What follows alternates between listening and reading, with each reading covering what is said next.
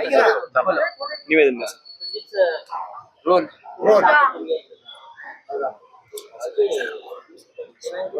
एकनाथ शिंदे यांनी पुन्हा स्वतःची असणारी पॉवर काही आहे हे दाखवून दिलेलं आहे. जे बीजेपी असं म्हणत होतं की आम्ही असं स्वतंत्र लढणार कॉर्पोरेशन मध्ये, त्यांना आता असं माघार घ्यावी लागलेली आहे. आणि एकनाथ शिंदे यांनी अमित शहालाच स्वतःच्या खिशामध्ये घातले असं त्या ठिकाणी दिसतंय. हे असायला एकनाथ शिंदे यांची किमया असं मी त्या ठिकाणी मानतो की बीजेपीला सर्व महानगरपालिकेमध्ये एकनाथ शिंदेचा शिवसेनेबरोबर युती करून लढणार अशी असणाऱ्या बातम्या आता यायला लागल्या.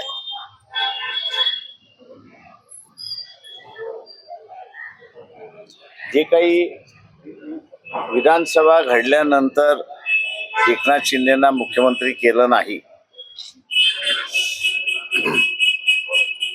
या युतीवरनं असणारं एकंदरीत दिसतंय की महिन्या 2 महिन्यामध्ये एकनाथ शिंदे पुन्हा महाराष्ट्राचे मुख्यमंत्री होत आहेत का,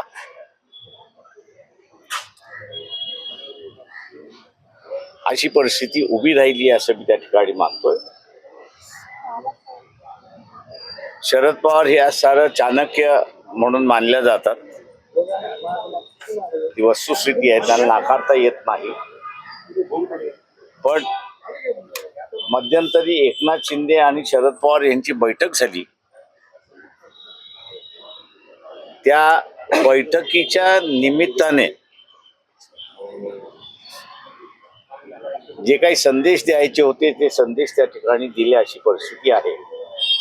आणि आता बघायचा वेळ आहे की एकनाथ शिंदे पुन्हा आपल्या पदरामध्ये मुख्यमंत्री पद पाडून घेता येत का, हे मला वाटतं बघण्यासारखं राहील राजकारणामध्ये, असं मी त्या ठिकाणी मानतो. साहेब, पण एकनाथ शिंदे मुख्यमंत्री त्यावेळेस त्यांना व्हायचं होतं, आकांक्षा अर्थात कोणाची लपून राहिली नव्हती.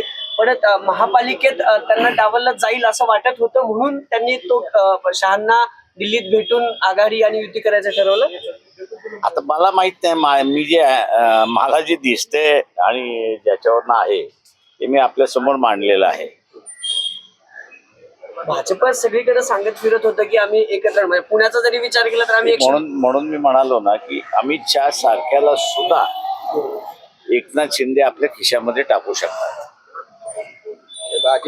ही असणारी एकनाथ शिंदेची किमया असं मी त्या ठिकाणी मानतो.